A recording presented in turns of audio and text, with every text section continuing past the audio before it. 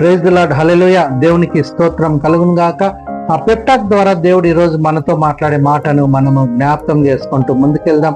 మరి ఈ లోకంలో ఉన్నటువంటి ఆ సెల్ ఫోన్ నెట్వర్క్ సంస్థలు వాళ్ళ యొక్క సంస్థకు కొన్ని యాడ్స్ వేస్తూ మరి ఇలా ట్యాగ్ లైన్ వేస్తూ ఉంటారు.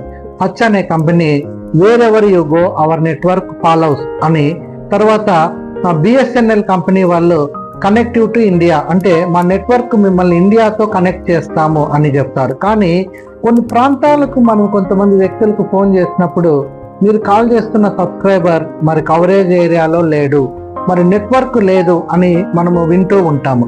చూడండి, మరి ఎక్కడికి వెళ్ళినా మా నెట్వర్క్ ఉంటుంది అంటారు, కానీ కొన్ని ప్రాంతాల్లో ఈ నెట్వర్క్ అనేది మనకు అందుబాటులో ఉండదు.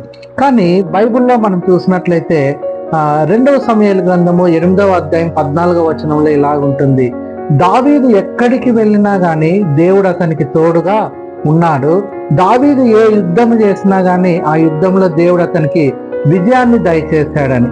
ఎందుకంటే దావీదు చేసిన ప్రతి యుద్ధంలో మరి దావీదుకి ఎందుకు విజయం వచ్చిందంటే దేవుడు దావీదుకు తోడుగా ఉన్నాడు కాబట్టి. మరి దావీదు ఎప్పుడైతే దేవుని దగ్గరికి వచ్చాడో, ప్రార్థన చేశాడో, దేవుడు అనే నెట్వర్క్, యేసయ్య అనే నెట్వర్క్ ఎప్పుడు ఆయనను విడిచిపెట్టలేదు.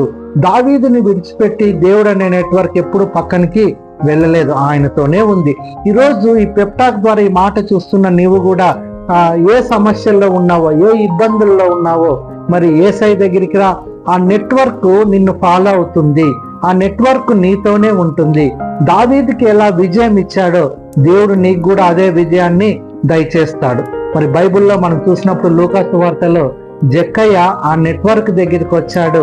మరి ఆ నెట్వర్క్ జక్కయ్య ఇంటికి వెళ్ళింది, ఆ ఇంటికి ఆశీర్వాదము ఇచ్చింది. మరి సమరయలో ఒక వ్యభిచారం చేసే స్త్రీ ఆ యేసయ్య అనే నెట్వర్క్ దగ్గరికి వచ్చింది. మరి యేసయ్య ఆమె జీవితాన్ని మార్చివేశారు. ఈరోజు ఈ పెప్టాక్ ద్వారా ఈ మాట వింటున్న నీవు యేసయ్య దగ్గరికి వద్దాం, ఆ నెట్వర్క్ లో నిలబడదాం, మన జీవితాన్ని ఆశీర్వాదకరంగా మార్చుకుందాం. ఇటు కృప నీకు దేవుడు దయచేయును గాక. ఆమేన్.